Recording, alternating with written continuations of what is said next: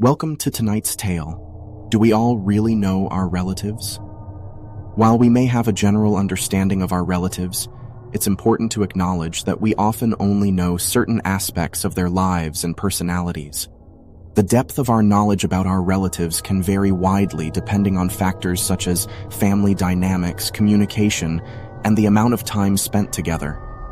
Tonight's tale dwells into this idea. The house belonged to my distant relatives, a place I'd visited only once in my childhood.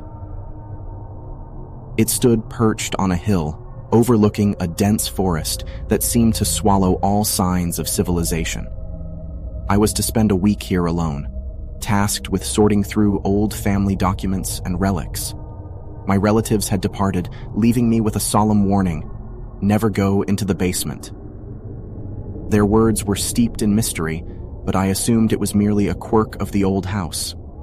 As the sun dipped below the horizon on my first night, the solitude became palpable. The creaks and groans of the house echoed in the silence, but that was to be expected in such an ancient place.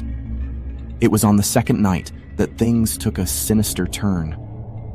I was in the study, poring over old letters when I heard it. A soft, mournful melody drifting through the house. It was a haunting tune, like a melancholic lullaby. My heart raced as I followed the sound, which led me to the basement door. A feeling of dread washed over me as I stood before that door, the haunting melody growing louder with each passing second. My curiosity got the better of me, and I turned the knob. The door swung open with a mournful creak. Descending the narrow staircase, I was met with flickering candlelight that barely illuminated the chamber below. My eyes widened in horror as I saw them, shadowy figures hunched over in a circle, their faces obscured. They continued to chant the eerie melody, their voices echoing in the dank, cold air. I stumbled backward, slamming the basement door shut, my heart pounding in my chest. The chanting ceased, and an eerie silence fell over the house once more. Morning came, but the sense of dread remained. I decided to investigate the basement in the daylight, despite my relative's warning. As I opened the door, I found nothing but an empty, dusty room, devoid of any sinister presence.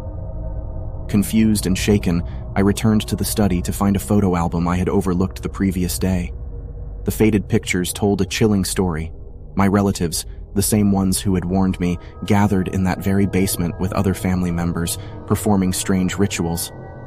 Desperation gripped me as I realized the haunting melody I had heard was a song of summoning, a ritual to call upon something unnatural.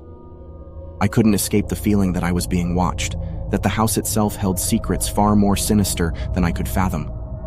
Alone in that remote house, I had unwittingly stumbled upon a darkness that had plagued my family for generations. As night descended once more, I knew that whatever I had awakened in that basement would not rest until it had its reckoning.